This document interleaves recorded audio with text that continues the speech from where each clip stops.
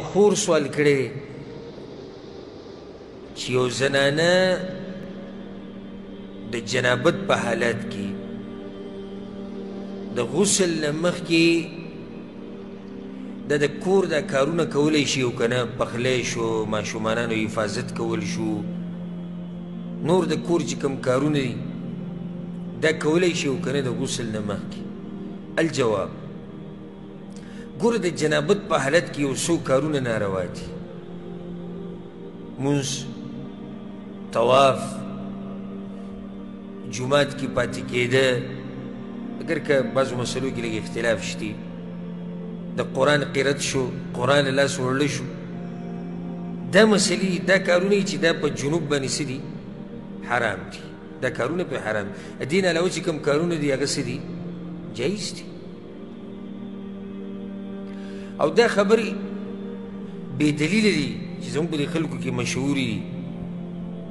کوم سړی د جنابت په حالت کې او دی غسل ونه کړي او په دې ځمکه روان وي او ځمکه ورته خیرې کوي او دا ټولې بې دلیله خبرې دي په دې هېڅ دلیل نشته بلکې موږ بې د دلیل خوی شو د دې په مقابله کې د دې په عکس باندې چې دا کار روا دی او دلایل په ډېر زیات دي خو یو درته ذکر کوم ځکه چې موږ سره سوالونه نور زیات دي په صحیح بخاري صحیح مسلم کې دا حدیث ته ما بیان کړی دی په عامو درسونو کې زموږ مخې ته څو څو پیرې راغلی په هغې کې دا دی ابو هریره رضی الله عنه د پیغمبر صلی الله علیه وسلم سره میلاو شو فی بعض طریق المدینه وهو جنوب د مدینې په بعضو کوڅو کې ورسره میلاو شو او ابو هریره د څه په حالت کې جنابت په حالت کې خیال هم دی که نه ګوره بهر ته راوتی دی بازار ته راوتی دی نو پیغمبر صلی الله علیه وسلم خو دا عادت و چې سړي لاس به یې نیولی و د ځان سره به بو ځان سره یې دیم روان کړو دا ابو هریره رضی الله عنه ځان سره روان کړو په یو ځای کې پیغمبر صلی الله علیه وسلم مصروفه شو فانخنستو منه وایي زه دې پټ شو لاړم غسل مې وکړو بیا رالم هغه ته مناسب نه ګڼله چې زه د پیغمبر سره ګرځم او د جنابت په حالت کې چې کله واپس راغی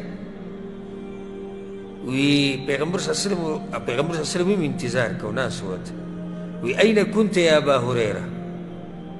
ابو هريره ته کوم ځای کې وي هغه ورته كنت جنوبا یا رسول الله زه د جنابت په حالت کې وم فكرهت ان اجالسك وانا على غير طهاره وزما دا نه وخ چې زه تا سره ګرځم را ګرځم او زه په طهارت کې نه پیغمبر صلی الله علیه وسلم وتی سبحان الله ان المؤمن ان المسلم لا ينجس مسلمان نه پلیتیږي دلیل زموږ دلته څه و تاسو په دې مسله څنګه پوه شوئ جنابت په حالات کې ابو هریره رضی الله عنه بهر ته بازار ته راوتی او که چېرته دا کار ناروا وی نو پیغمبر صلی الله علیه وسلم هغه ته ویلی وی چې ابو هریره کار دی غلط دی کار دی څه دی غلط دی ته څنګه راوتی ویلی شي ها دا موږ وایو چې غوره ده دا مسله ما بیان کړې مشکات په درسونو کې چې غوره ده جنابت پسې سمدسته څه وکړي غسل وکړي که غسل نه کوي نو څه وکړه اودس وکړه چې د جنابت دې کم شي خو که یو سړی نه غسل کوي